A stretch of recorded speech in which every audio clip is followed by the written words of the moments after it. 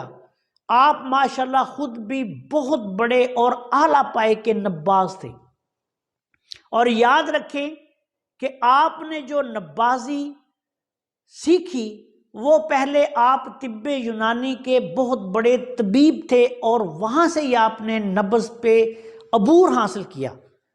آپ کے استاد محترم حکیم احمد الدین شاہدروی صاحب جو ہیں، ان کے بارے میں بھی یہ کہا جاتا ہے کہ وہ بھی اعلیٰ پائے کے نباز تھے۔ اسی طرح موجودہ دور میں بھی بہت سارے اطباء کرام ہمارے جو بزرگ ہیں، ہمارے بھائی ہیں، وہ نبض شناس ہو سکتے ہیں، اور یہ علم و فن جو ہے یہ بھی انشاءاللہ تعالی زندہ رہے گا، لیکن یہ اتنا آسان نہیں جتنا نظریہ مفرد ازا کے کچھ جعلی اور پرائمری پاس حکیموں نے سمجھا ہوا ہے۔ حضرت صابر ملتانی رحمۃ اللہ علیہ نے صرف ایک پیٹرن دیا تھا، انہوں نے کوئی اپنا پوری زندگی کا جو تجربہ ہے وہ نبض کے باب میں نہیں لکھا۔ تو میرے پیارے بھائی اور بہنوں، ایسے لوگ جو یہ سمجھتے ہیں کہ میں نبض سے تشخیص امراض کا انکاری ہوں، وہ غلطی پر ہیں، ہرگز نہیں۔ نبض ہزاروں سالوں سے تشخیص امراض کا ایک بہترین ذریعہ رہی ہے اور آج بھی ہے، لیکن یاد رکھیں کہ اس کو سمجھنے والے، اس پر عبور رکھنے والے بہت کم ہیں، بہت ہی کم ہیں۔ اور نبض جو ہے وہ کبھی بھی اس طرح نہیں سیکھی جاتی کہ کوئی یوٹیوب پہ آ کے آپ کو لیکچر دے دے کہ اس طرح نبض ہوگی تو یہ عصبی ہوگی، اس طرح ہوگی تو یہ عضلاتی ہوگی، اس طرح ہوگی تو یہ غدی ہوگی۔ کبھی نہیں، یہ سارے کے سارے غلط لوگ ہیں، طب کے ساتھ ان کا کوئی تعلق نہیں۔ نبض سیکھنے کے لیے آپ کو کسی قابل ترین استاد کی شاگردی اختیار کر کے پھر نبض کو سمجھنا پڑتا ہے، اور اس کو آپ 1-2 دن میں یا 1-2 ماہ میں نہیں سمجھ سکتے۔ سالوں کے تجربات اور مشاہدات کے بعد اگر اللہ کا فضل ہو تو کوئی شخص نباز بنتا ہے۔ میں تو یہ کہتا ہوں کہ نبض جو ہے وہ بہت اعلیٰ اور عرفہ چیز ہے، اور بہت ہی کم علم اور جاہل قسم کے لوگ جو لوگوں کی نبضیں دیکھتے پھرتے ہیں اور ان کی 100% غلط تشخیص کرتے ہیں، اس سے بڑھ کر کوئی مضحک کا خیز بات ہی نہیں. مجھے ایسے لوگوں کے واقعات سن کر ہنسی آتی رہتی ہے. تو اس لیے جو دوست مجھے میسج کر رہے تھے میرے خیال میں ان کو جواب مل گیا ہوگا. آپ سب سے گزارش ہے کہ اگر آپ نے ابھی تک ہمارے چینل کو سبسکرائب نہیں کیا تو چینل کو سبسکرائب کر لیں اور ہماری ان ویڈیوز کو اپنے دوسرے دوستوں کے ساتھ شیئر بھی کر دیا کریں تاکہ وہ بھی ان سے فائدہ اٹھائیں. السلام علیکم ورحمۃ اللہ وبرکاتہ.